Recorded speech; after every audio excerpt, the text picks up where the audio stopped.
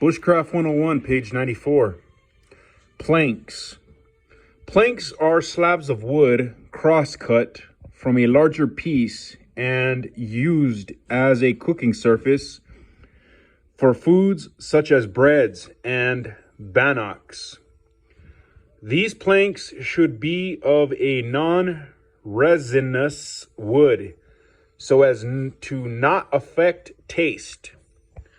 Hardwoods are also preferred so that the food can be moved close to the fire without risk of burning the wood while the pastry is cooking.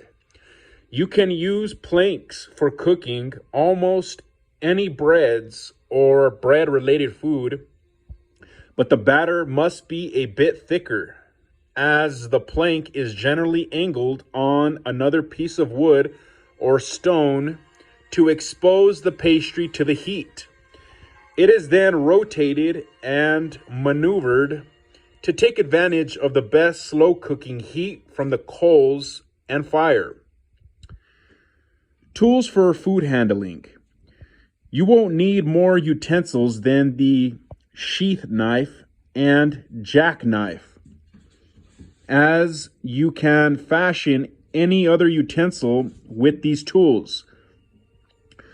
One of the handiest items you will want is a scooping device for getting cooked food from the pot to your mouth. Many foods and liquids can simply be consumed by drinking them straight from the container.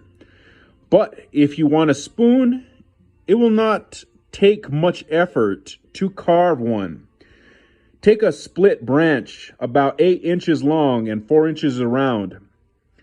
Then split can be carved into a handle on one end and either burned with coals from the fire to create a bowl or dished out with a knife.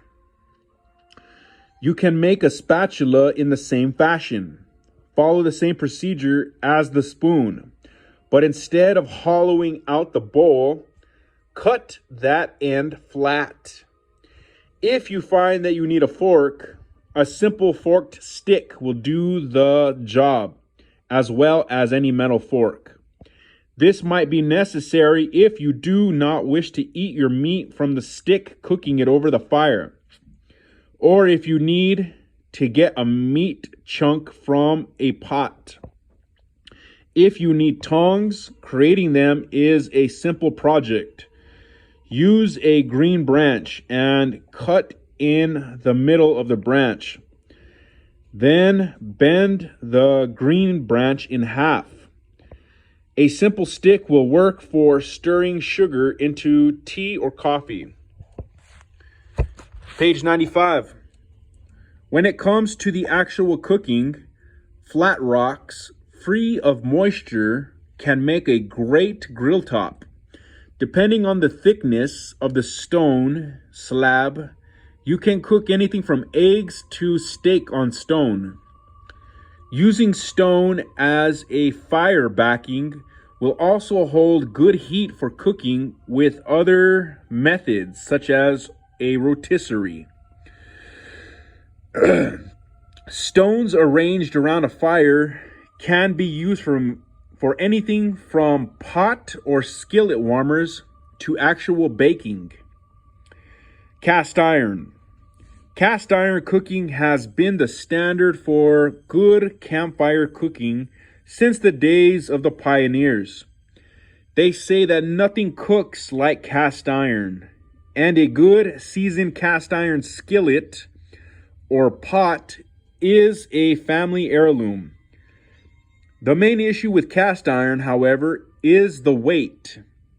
Unless you have some sort of conveyance, such as a canoe, a horse, or an ATV, you will weigh yourself down dramatically with even the smallest piece of cast iron cookware. However, if you have the choice, cast iron provides ease and versatility in cooking around the camp or cabin. A 2-quart Dutch oven and a skillet in which The oven lid will fit is about as good as it gets for camp cooking.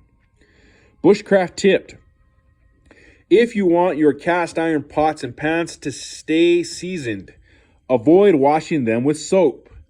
Seasoned means the pores of the iron are saturated and filled with oil and grease.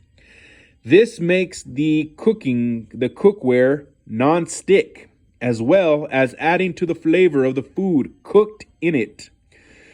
When you're finished cooking with a nicely seasoned piece of cast iron, wipe it clean with a rag and put it away.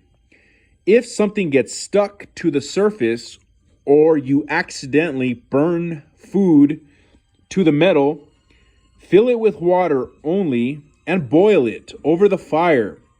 Then wipe it and dry thoroughly. Never use a scrubbing pad or soap on cast iron. Most new cast iron pans come pre-seasoned.